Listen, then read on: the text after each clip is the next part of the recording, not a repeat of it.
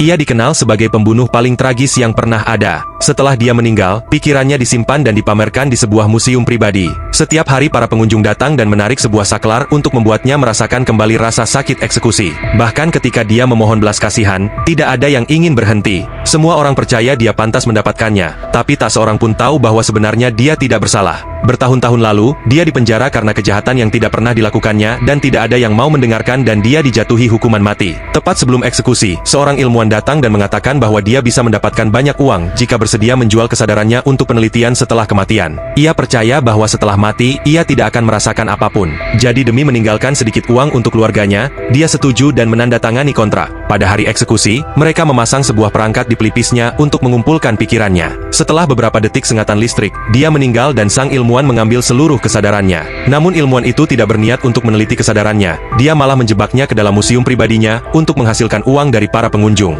Ia bahkan merancang program khusus di mana tamu bisa melakukan eksekusi sendiri, meskipun pria itu hanyalah sebuah kesadaran. Akibatnya rasa sakit dari sengatan listrik terasa sangat nyata selama setiap sengatan berlangsung di bawah 10 detik. Begitu atraksi aneh ini dibuka, ia langsung menjadi fitur paling populer di museum tersebut. Para pengunjung berbondong-bondong datang bersemangat untuk merasakan sensasi menjadi algojo. Setelah setiap sengatan, mereka bahkan mendapatkan gantungan kunci yang menyimpan sebagian kecil dari ingatan menyakitkannya. Setelah bertahun-tahun berlalu, pikiran pria itu akhirnya hancur. Saat istrinya datang ke museum dan melihat apa yang telah terjadi, seketika hatinya hancur. Namun karena suaminya telah menandatangani kontrak dan tidak ada undang-undang yang melindungi pikiran seseorang, dia tak bisa melakukan apa-apa selain pergi dengan kesedihan. Suatu hari, seorang wanita muda datang ke museum. Sang ilmuwan dengan semangat menunjukkan seluruh tempat kepadanya tanpa menyadari bahwa masalah akan datang. Gadis itu pun berpura-pura penasaran dan terus bertanya. Ketika ilmuwan itu kehausan karena banyak bicara, dia dengan ramah memberinya sebotol air beracun. Saat ilmuwan itu mulai memperkenalkan tahanan hukuman mati, racun itu mulai bekerja. Barulah dia sadar siapa sebenarnya gadis itu.